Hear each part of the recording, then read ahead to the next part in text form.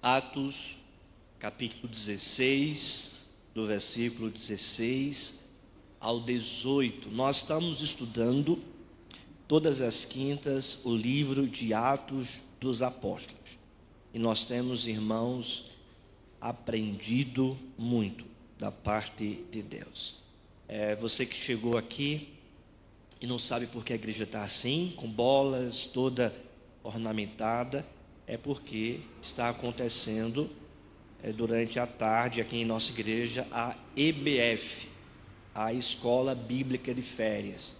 É por isso que a gente está tendo essa programação para crianças e por isso que a igreja está toda ornamentada, tá bom? Então, olhem para o texto, veja o que diz a palavra do Senhor, Atos capítulo 16, a partir do versículo de número 16. E nós temos, irmãos, aqui estudado a palavra de Deus expositivamente e sistematicamente, tá bom? O que significa isso? Expositivamente, porque a gente tem compreendido o tema do texto, os pontos do texto, o significado pretendido pelo autor bíblico e aplicado para nós a verdade do Senhor. E sistematicamente, porque nós estamos todas as quintas estudando versículo após versículo do livro de Atos, e assim compreendendo todo o conselho de Deus para a nossa vida, registrado aqui nesse livro. Acompanhe a leitura, Atos 16, versículo 16 ao 18. Aconteceu que, indo nós para o lugar de oração, nos saiu ao encontro uma jovem possessa de espírito adivinhador, a qual, adivinhando, dava grande lucro aos seus senhores. Seguindo a Paulo e a nós, clamava dizendo: estes homens são servos do Deus Altíssimo e vos anunciam o caminho da salvação. Isso se repetia por muitos dias. Então Paulo, já indignado, voltando-se, disse ao Espírito: em nome de Jesus Cristo eu te mando, retira-te dela. E ele na mesma hora saiu. Vamos orar? Senhor Deus, amado Pai, nós lemos a tua palavra. Nós te pedimos, ó Deus, nesse momento, fala ao nosso coração, nos dá entendimento, doutrina, verdade, clareza dos teus planos, os teus propósitos para a nossa vida, nos faz enxergar a maravilha da tua palavra e viver a tua palavra, é o que nós te pedimos, em nome do Senhor Jesus, amém. Há um hino bastante antigo, escrito por Martinho Lutero, um hino intitulado Castelo Forte. Em uma de suas estrofes ele diz: se nos quisessem devorar demônios não contados, não nos iriam derrotar, nem ver-nos assustados. O príncipe do mal, com seu plano infernal, já condenado está, vencido cairá por uma só palavra. Gostaria de destacar neste trecho do hino aquilo que Lutero expressa sobre o poder de Deus contra todos os inimigos. Ele diz: se nos quisessem devorar demônios não contados, não nos iriam derrotar, nem ver-nos assustados. Por quê? Porque já condenado está, vencido cairá por uma só palavra. Nós estamos diante de um texto onde o apóstolo Paulo, pelo poder que há no nome do Senhor Jesus Cristo, expulsa um demônio de uma mulher. Esta mulher que tinha uma jovem possessa, que tinha um espírito adivinhador, conforme diz o texto, Atos capítulo 16, versículo 16, e que dava grande lucro aos seus senhores. Porque veja o que diz o texto: aconteceu que, indo nós para o lugar de oração, nos saiu ao encontro uma jovem possessa de espírito adivinhador, a qual, adivinhando, dava grande lucro aos seus senhores. Então esta jovem possessa, ela era escravizada por Satanás porque diz a palavra que era possessa de espírito adivinhador, mas também era uma mulher escrava, uma jovem escrava de alguns senhores da cidade de Filipos, porque diz o texto que ela dava grande lucro a quem? Aos senhores. Então esses senhores da cidade de Filipos era, digamos assim, dono daquela jovem, e ela então era usada como mercadoria para dar dinheiro para aqueles senhores. Então era uma jovem não apenas possessa por um espírito maligno, mas também por aqueles homens malignos que recebia lucro por causa dessa situação nesta jovem. Diz a palavra então, irmãos, que seguindo a Paulo e a nós, clamava dizendo: estes homens são servos do Deus Altíssimo e vos anunciam o caminho da salvação. Ou seja, esta jovem possessa ia ao encontro de Paulo, né, e falava: estes homens são servos do Deus Altíssimo e vos anunciam o caminho da salvação. Para nós entendermos aqui o contexto, o apóstolo Paulo está em sua segunda viagem missionária. Ele foi direcionado pelo Espírito Santo de Deus para pregar o evangelho na cidade de Filipos, que é a cidade de entrada para a Europa. Deus então o comissiona e o orienta para ele ir para Filipos, para a Macedônia, essa região, e não mais para a Ásia, como ele estava tentando. E então ele, juntamente com Silas, que o chamou lá em Antioquia, ele juntamente com Timóteo, que também chamou em Listra, que era a região da primeira viagem missionária, e também juntamente com Lucas, esta caravana, eles vão para essa viagem missionária para plantar novas igrejas. E Deus então os direciona para pregar a palavra na cidade de Filipos.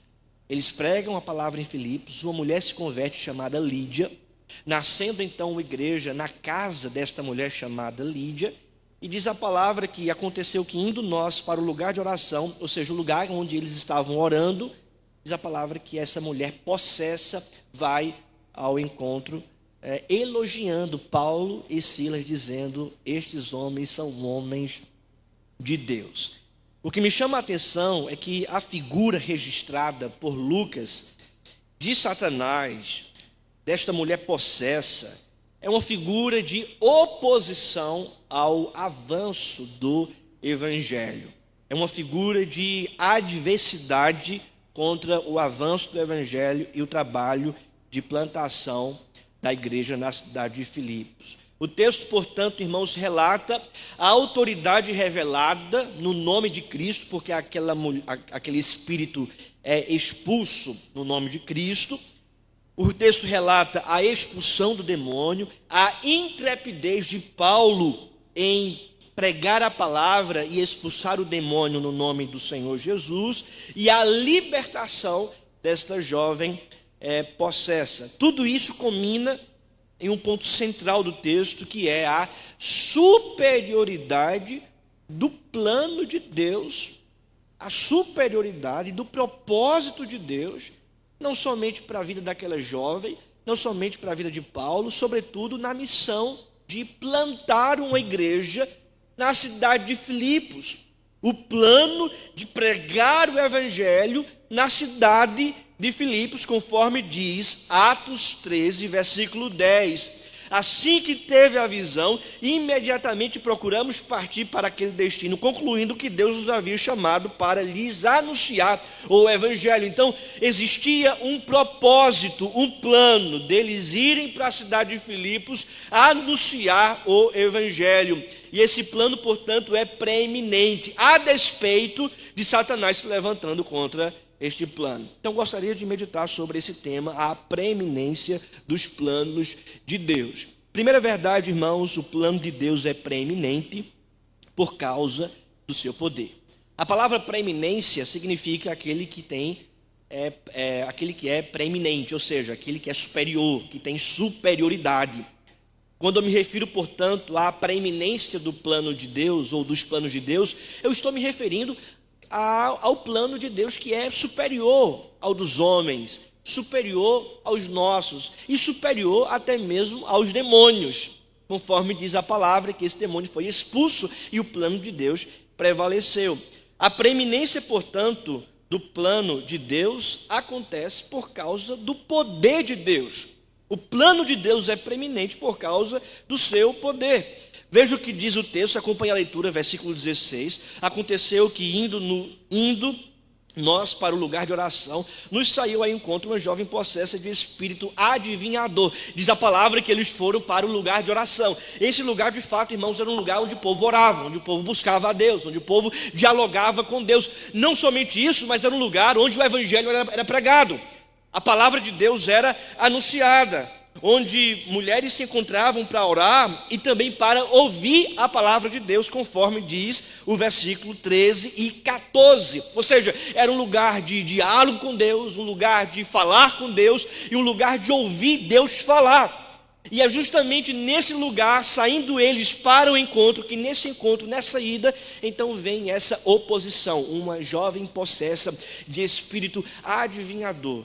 E aqui, irmão, surge uma aplicação também para a nossa vida, porque quando nós decidimos ir para o lugar de oração, quando nós decidimos buscar a Deus, orar, caminhar com o Senhor, ouvir a palavra, o inimigo se levanta para querer impedir. O mal se levanta para querer atrapalhar. Indo eles ao encontro do Senhor, no caminho então Satanás se apresentou para tentar se opor a esse caminho, a essa direção. E talvez isso pode acontecer também com a sua vida, com as nossas vidas. A gente estabelece, o dia de ir para o culto, mas acontece diversas coisas para impedir você de ir para o culto. E você pensa e acha que é apenas coisas aleatórias, do acaso. E eu digo para você, não existe acaso debaixo do céu. Está tudo debaixo do controle do Senhor. Não existe acaso. Aí você pensa, não, é apenas problemas da vida, é apenas acaso, é apenas coisas aleatórias. Meu querido irmão, veja, essas coisas às vezes não acontecem quando você vai a um shopping, quando você vai para o trabalho, quando você vai curtir algum lazer, que não é pecado.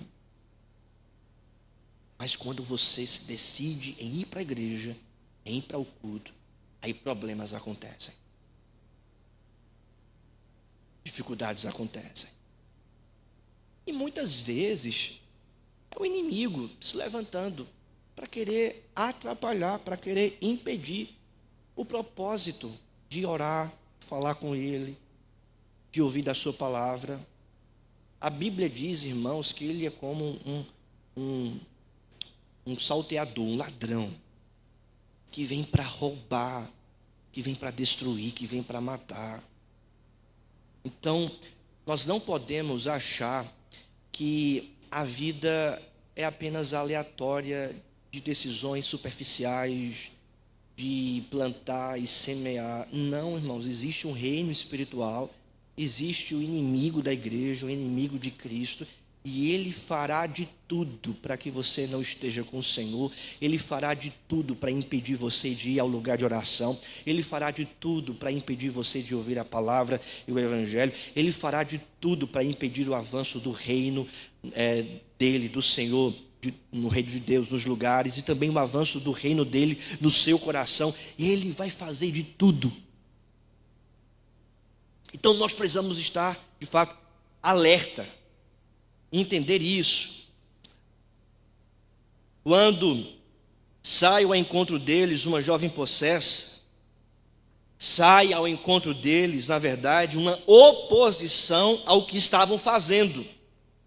Inclusive, irmãos, um pastor holandês chamado Simon Kistemaker, comentando o texto, ele chama essa situação de a oposição. A oposição. E talvez você tenha situações como esta, que parece uma situação comum de alguém indo ao seu encontro, mas de fato, indiretamente, de fato, diretamente em alguns momentos, impedindo você de se encontrar com Deus, de ouvir a Deus, de falar com Deus, de caminhar nos propósitos do Senhor, de caminhar na verdade do Senhor. E muitas oposições Deus, vai impedir, vai destruir, vai repreender através do seu discernimento e através da sua compreensão que no nome do Senhor Jesus você deve repreender todo o mal para que você esteja ligado com Cristo, ligado com os propósitos do Senhor. Amém, meus irmãos. Isso é muito interessante, nós compreendermos isso, isso é muito importante.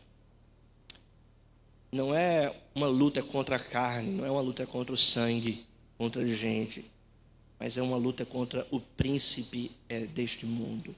O próprio apóstolo Paulo, escrevendo a sua carta aos Efésios, ele fala sobre esta luta e ele explica acerca desta batalha em Efésios capítulo 6, a partir do versículo 10, quando ele afirma: quanto ao mais sede fortalecidos no Senhor e na força do seu poder, revestivos de toda a armadura de Deus, para poderdes ficar firmes contra as ciladas do diabo, porque a nossa luta não é contra sangue e a carne, e sim contra os principados e potestades, contra os dominadores deste mundo tenebroso, contra as forças espirituais do mal nas regiões celestiais. Portanto, tomai toda a armadura de Deus. Irmãos, a oposição se levanta, Satanás se levanta para querer impedir de nos aproximarmos do Senhor. Nós precisamos compreender isso. A oposição se levanta. No entanto, essa oposição maligna, satânica, ela é destruída pelo poder de Deus. Por quê? Porque o plano de Deus é preeminente por causa do seu grande poder. O plano de Deus vai prevalecer. O plano do Senhor vai avançar. O propósito de Deus vai se estabelecer. Por quê? Porque Ele é poderoso para fazer isso. Apesar das oposições, apesar do inimigo se levantando e dos demônios não contados querendo se opor ao plano do Senhor, o plano do Senhor vai permanecer, vai prevalecer. Ele é preeminente por causa do poder de Deus. Porque o que acontece quando o plano de Deus é ameaçado? O que é que acontece quando um demônio se levanta para querer impedir o plano de Deus? O que é que acontece quando Satanás se levanta para se opor ao avanço dos propósitos do Deus eterno?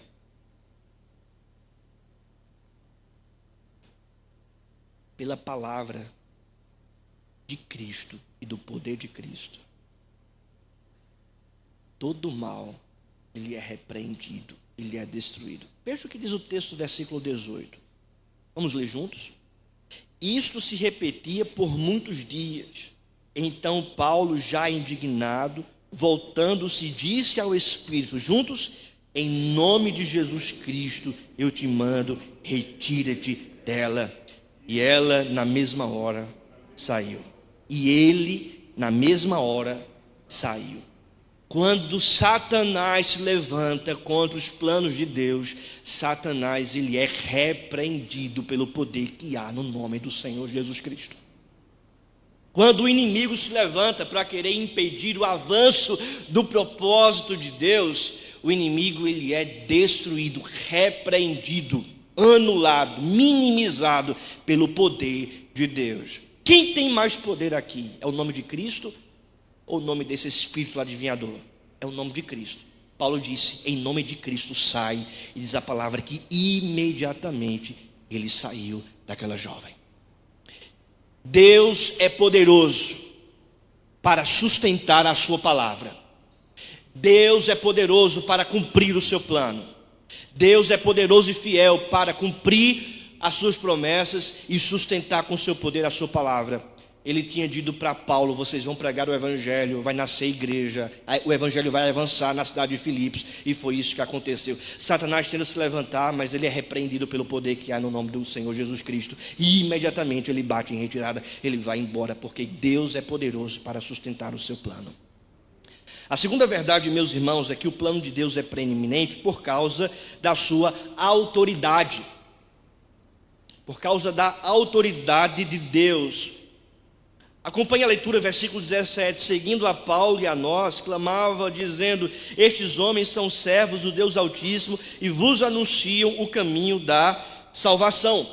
Isto é, a oposição aqui se levanta contra Paulo, Silas, Timóteo, Lucas e talvez alguns homens e mulheres, talvez Lídia, alguns novos convertidos da igreja de Filipos ali também com eles, no entanto, caminhando eles para o lugar de oração.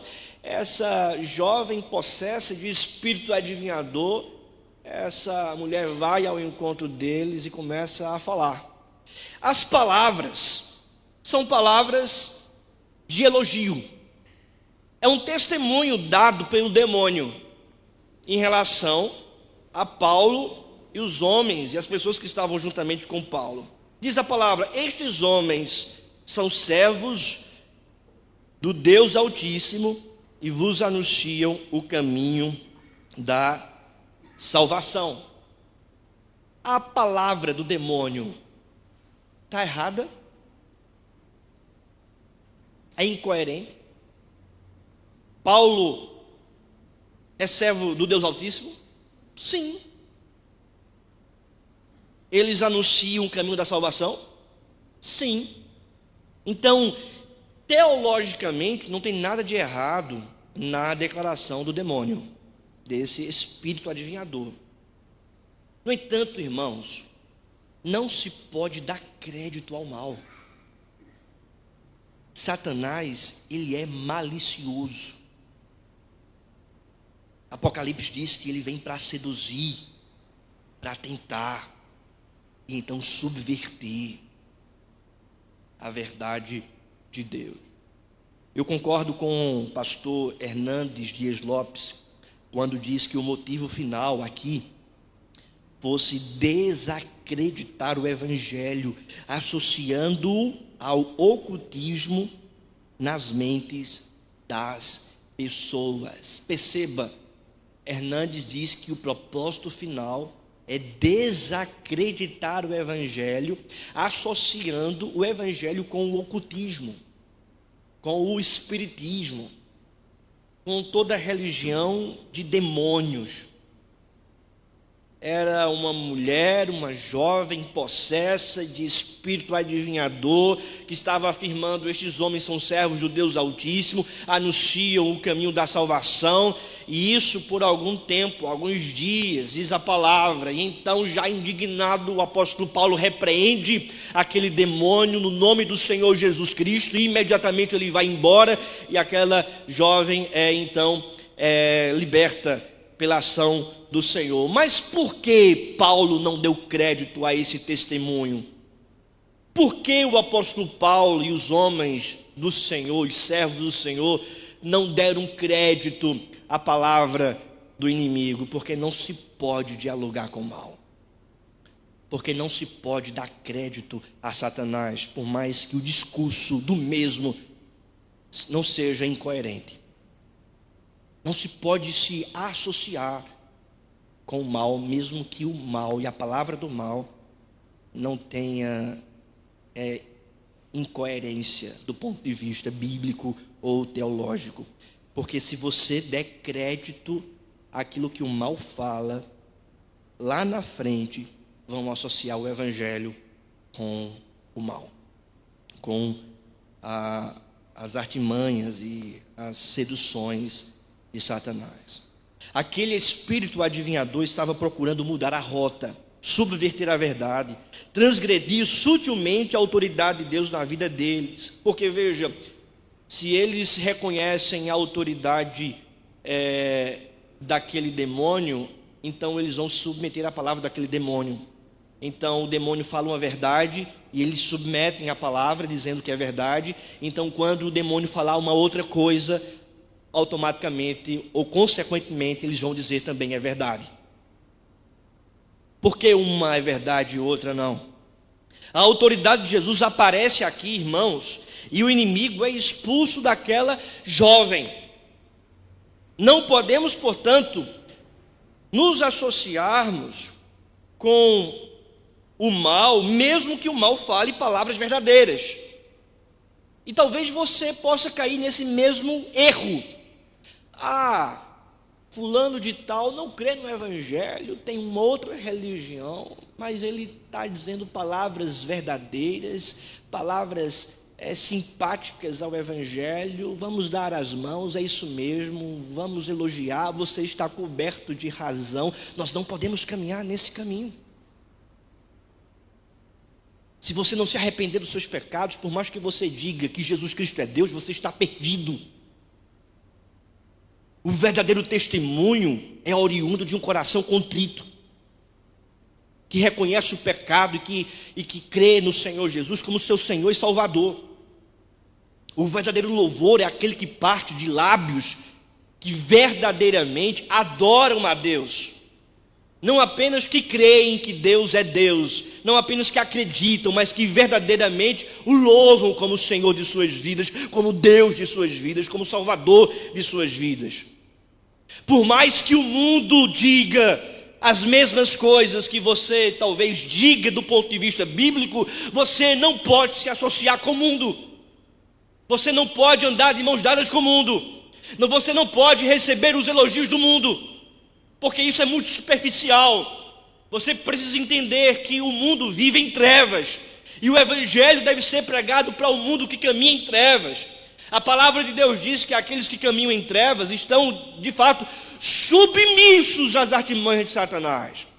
Em Efésios capítulo 2 diz que eles estão mortos em seus delitos e pecados, e estão sendo guiados pelo príncipe deste mundo, ou seja, guiados pelo inimigo traiçoeiro, a antiga serpente, que enganou Eva, que enganou Adão, e tem enganado a muita gente. Por mais que digam coisas verdadeiras, nós não podemos dar as mesmas mãos, nós não podemos ter comunhão. O ecumenismo, portanto, aqui é alertado. Não existe ecumenismo do ponto de vista bíblico. Ou você é crente ou você não é, ou você segue a Cristo ou você segue a Satanás, ou você segue o Senhor Jesus ou você segue a antiga serpente, ou você segue o Senhor ou outro Senhor. Não existe estar em cima do muro, não existe dois termos, ou você é de Deus ou você não é, ou você é amigo de Deus ou você é amigo do mundo. Não existe, portanto, associação entre luz e trevas, entre igreja e mundo, entre o reino dos céus e o império das trevas. Não existe associação. Meus irmãos, duas exclamações para a igreja. Atenção, duas exclamações para a igreja. Não aceite elogio dos demônios. Não aceite o elogio dos demônios. Não aceite as palavras ardilosas de Satanás. Nós não devemos dar ouvidos às conversas do inimigo da obra. Paulo aqui não aceitou o elogio dos demônios, não aceitou o testemunho dos demônios, nem conversou com eles, antes repreendeu o espírito e expulsou o demônio. Então o inimigo chega com palavras sutis elogiando você, para seduzir você. Você não deve aceitar, porque o objetivo de Satanás é querer destruir você, querer acabar com a sua vida. Então não escute os elogios daqueles que seguem as sugestões de Satanás. Não escute, não dê ouvidos, mas repreenda, em nome do Senhor Jesus, em nome de Cristo. Repreenda, não aceite, não faça isso. O segundo alerta: não abra espaço para Satanás. Não abra nenhum espaço. Não dê ouvidos. Não dê brecha. Não abra espaço. O apóstolo não pede para que a moça lhe prediga o futuro. O apóstolo não pede para que esse espírito lhe diga o que vai acontecer. Ele não abre espaço para Satanás. Ele não dialoga com esse espírito maligno. Não há dúvidas de que se Paulo tivesse aceitado o testemunho de Satanás sem discernimento, ele teria dado crédito ao diabo e teria assim aprovado os seus motivos. Nós não podemos dar brecha ao inimigo. Não devemos ouvir as sugestas do inimigo. Por mais que seja do ponto de vista humano, maravilhoso, curioso. Quem não quer ouvir o que vai acontecer com o seu futuro? Quem não quer ouvir algo acerca do seu amanhã? Um espírito adivinhador que fala do seu futuro. Então ele vem para lhe atrair. Ele vem para cativar os seus olhos. Ele vem para mexer com o seu coração, seduzindo a sua alma. Não dê brecha, não dê espaço, repreenda, vá em outra direção. Infelizmente, a gente vê em algumas igrejas o contrário, não é? Você vê até em certas igrejas pastores abrindo o espaço do púlpito para o demônio falar. Já ouviram isso? Em algumas igrejas até mesmo de televisão, de internet, de transmissão.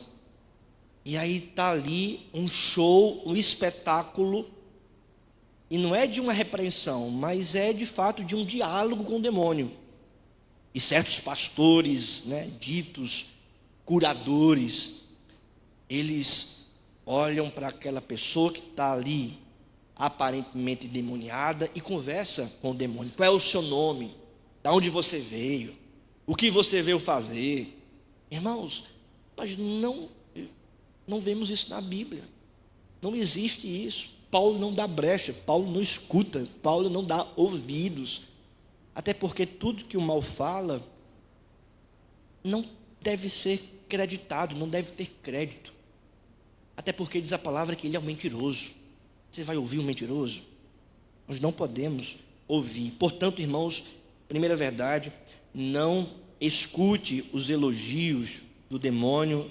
E o segundo alerta, não abra espaço para ele. Por quê? Porque ele é maligno, porque ele vem para destruir.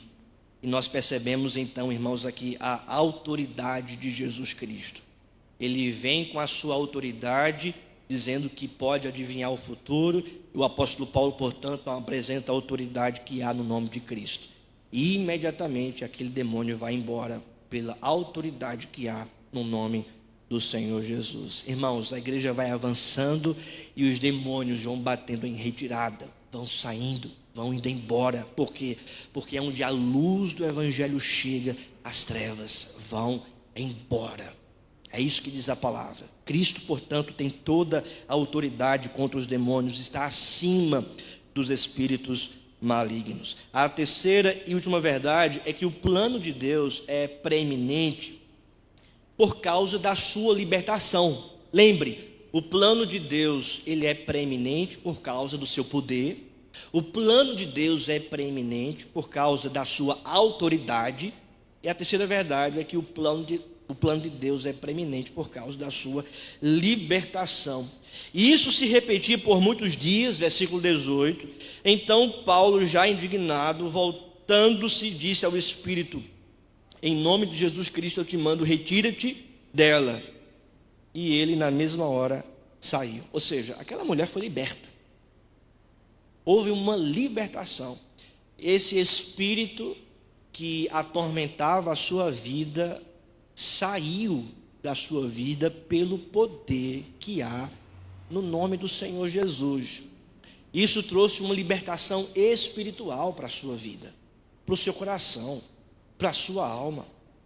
Meus irmãos, apresentando esse princípio também para todos nós, quantos estão aí presos, aprisionados às coisas deste mundo, aprisionados aos vícios do mundo, aprisionados a Satanás, pessoas que não conseguem viver de fato para a glória de Deus, não conseguem dizer não para o pecado, estão presos ao pecado, presos às coisas deste mundo.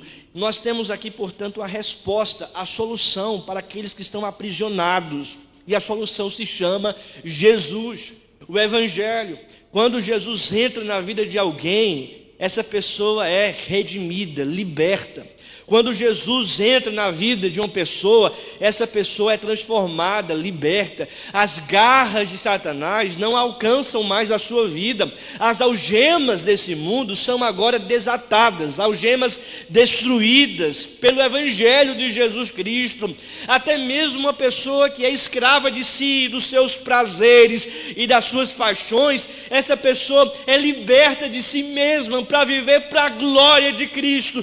Cristo, portanto, é poderoso para libertar todos aqueles que estão aprisionados em seus delitos e pecados, aprisionados às coisas deste mundo, aprisionados a Satanás. Cristo é poderoso para libertar. Nós temos a mensagem de libertação.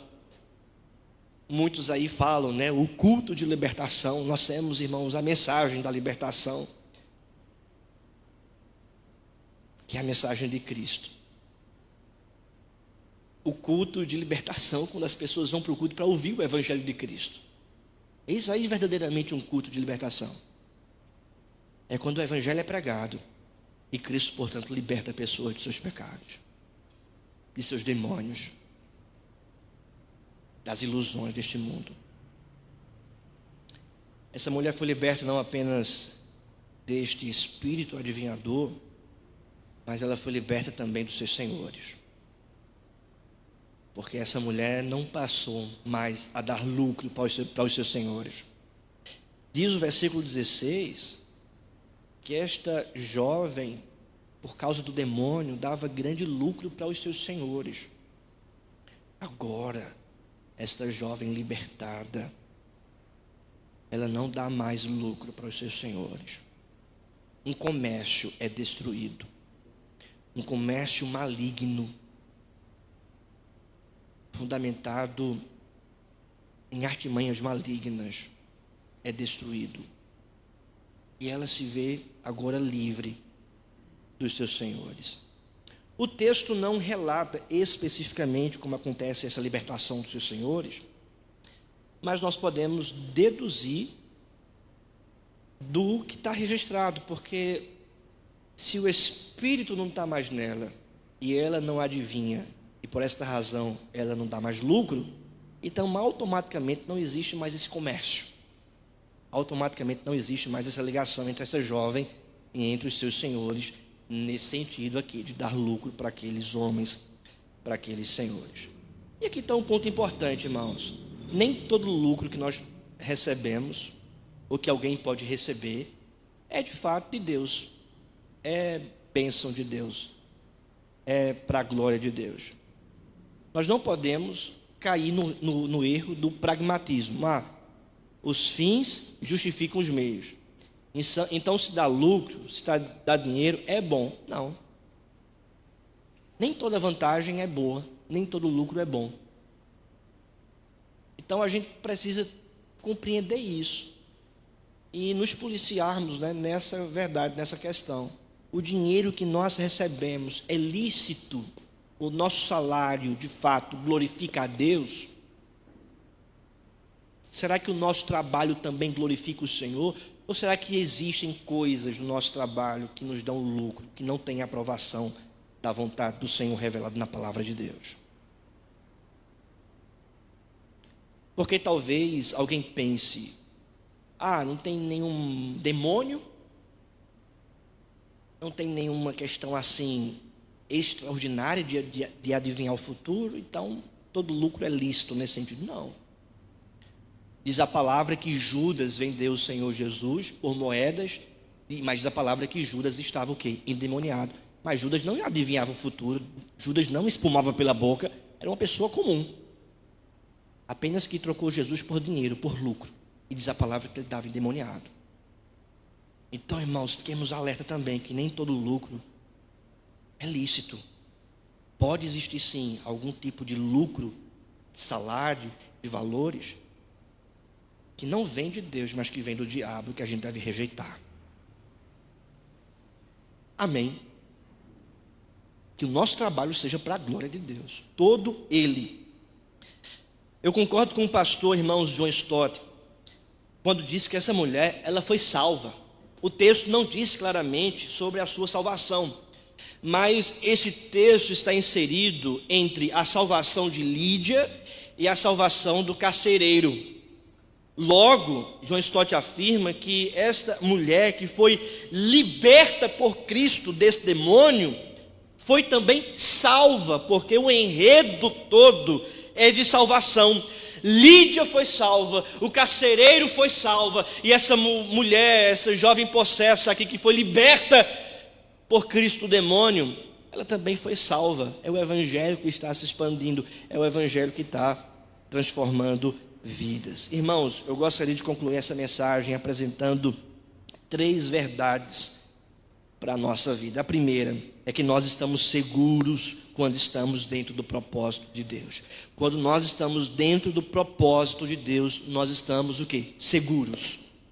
Paulo, Silas, Timóteo, Lucas estavam dentro do propósito de Deus, caminhando para Filipos, pregando o evangelho. Diz a palavra, irmãos, que o demônio se levantou em oposição, mas imediatamente ele saiu quando foi repreendido pelo poder que há no nome de Cristo. Houve então uma manifestação clara da segurança de Deus na vida deles. Eles estavam debaixo do plano do Senhor, do propósito do Senhor. Portanto, quando nós estamos dentro da vontade de Deus, no centro da vontade de Deus, nós estamos seguros. Você está no centro da vontade de Deus? Você vive no propósito do Senhor? Você pode dizer, para o mundo, para a sua família, até mesmo para você mesmo: eu estou seguro, porque eu estou dentro da vontade de Deus, dentro do plano do Senhor, dentro do propósito de Deus. Você pode dizer isso? Que você diga isso, meu querido irmão. Se você não vive nos propósitos de Deus, viva hoje, se arrependa dos seus pecados e vá hoje viver a vontade de Deus para a sua vida. A segunda verdade, concluindo, é que estamos seguros quando nós estamos em Cristo. Estamos seguros quando nós estamos em Cristo. Quem é que traz segurança para aquela mulher? É Cristo. O demônio vai embora por causa do nome de Cristo. Essa mulher é transformada por causa de Cristo. Lídia é convertida por causa de Cristo. O carcereiro mais adiante é convertido por causa de Cristo. Há segurança, portanto, quando nós estamos em quem? Em Cristo. Não é em Paulo, não é em Lucas, não é na igreja, mas é em Cristo. Paulo clamou e repreendeu em nome de quem? Em nome de Cristo. Portanto, há segurança no nome do Senhor Jesus. Nenhum mal pode nos tocar quando nós estamos em Cristo. Nenhuma magia das trevas pode nos atingir quando nós estamos em Cristo. Nenhuma mandinga pode nos alcançar quando nós estamos em Cristo. Magia alguma pode tocar a vida de um crente, porque todo crente confessa que Jesus Cristo é o seu Senhor. Ele está em Cristo. Nós estamos seguros quando nós estamos em Cristo. Amém? A terceira e última verdade, concluindo, é que nós estamos seguros, irmãos, quando nós tememos a Deus e não aos homens. Nós estamos seguros, há segurança para nós quando nós tememos a Deus e não aos homens. Talvez Paulo pudesse pensar: aquela mulher está dando lucro para os senhores, esses senhores podem não gostar se esse demônio for embora, e esses senhores, por terem certo tipo de autoridade na cidade de Filipos, podem talvez fazer algum mal para nós, então não vamos mexer com eles, não vamos mexer com o lucro deles, ou não vamos mexer com essa jovem possessa, não vamos fazer nada, porque a gente pode acabar com o lucro deles. Irmãos, Paulo não teme aqueles homens. Paulo não tem medo do que os homens iriam achar dele. Paulo não tem medo do que os senhores da cidade de Filipos iriam achar se aquele demônio saísse daquela jovem e aquela jovem não mais adivinhasse o futuro. Paulo não teme a homem algum. Paulo teme a Deus. Paulo tem medo apenas de Deus, de não fazer a vontade do Senhor. É por isso que diante do mundo Paulo se levanta e repreende Satanás. Diante de Deus Paulo se dobra, porque ele teme não aos homens, mas ele teme a Deus. Portanto, meu querido irmão, você estará seguro quando você temer a Deus e não aos homens. Talvez na ânsia de achar segurança, você dá um jeitinho temendo a homens, Não faça isso. Não caia nessa cilada de Satanás. Não tema o homem. Não tenha medo dos homens. Seja verdadeiro, honesto. Não negocie os seus princípios. Viva a palavra. Obedeça a Deus. Olhe para Deus sempre. Não olhe para os homens. Não viva na ânsia de agradar aos outros. Viva sim para agradar a Deus. Aí sim há segurança. Amém. Vamos ficar de pé e vamos orar.